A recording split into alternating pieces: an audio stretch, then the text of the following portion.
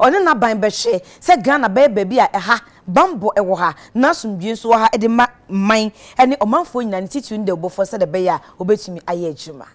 I'm grateful to the African Federation of Journalists and the Ghana Journalists Association for the invitation to open this year's African Journalist Leaders Conference, which is being held in our vibrant capital city of Accra.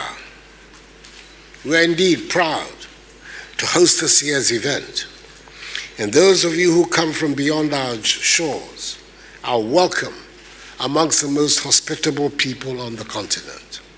The decision to select Ghana as this year's host is because of, and I quote, the conducive environment for media practice generally, and particularly for her impressive ranking, second in Africa on the latest World Press Freedom Index, unquote. Our aim is to be number one on the continent, and we will work hard to ensure we attain this.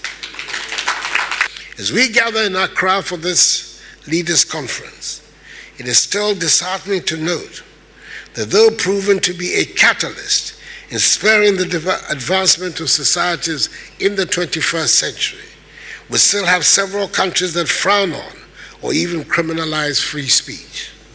On a day like this, it is also important to consider some of the emerging challenges to media freedom. One of them is what constitutes an attack on media freedom. It cannot be right, no matter where in the world the journalists are physically attacked or prevented from doing their work. Once that happens, it is an attack on media freedom, and it must be roundly condemned by all.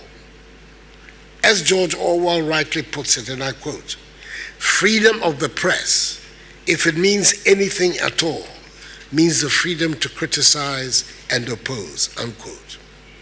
However, there seems to be an emerging narrative which is being proffered by some in Ghana that critiquing the work of a journalist constitutes an attack on media freedom.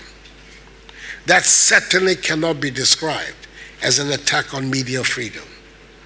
Having the freedom to criticize and oppose should also mean that the media is ready to accept and work with criticisms of its work by the citizenry or officialdom. That, for me, is one of the surest ways of improving the public discourse of our respective countries, and we should all strive towards realizing this.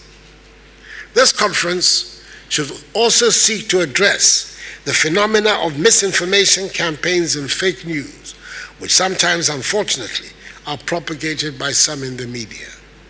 The tendency to report on only one side of a story and pass judgment on it without wanting to learn or give a fair amount of reportage to the other side stifles the truth. The media should only be concerned about reporting the facts and should not lend themselves to being bought or being used to destroy the reputation of others. The media has immeasurable power to build up the confidence and values of our societies and their institutions, and therefore ought to be assisted in discharging their duties at all times. Ladies and gentlemen, the government I lead remains committed to empowering the citizen, media, and civil society so we can all play our roles in realizing our vision of building a progressive and prosperous Ghana, a Ghana beyond aid. As President of Ghana, I assure you that the Ghanaian people will continue to exercise their right to free expression to the very end because of their determination to build a free, open society with accountable governance, no matter the cost. Borgatanga Central Masibejeni Ununyam for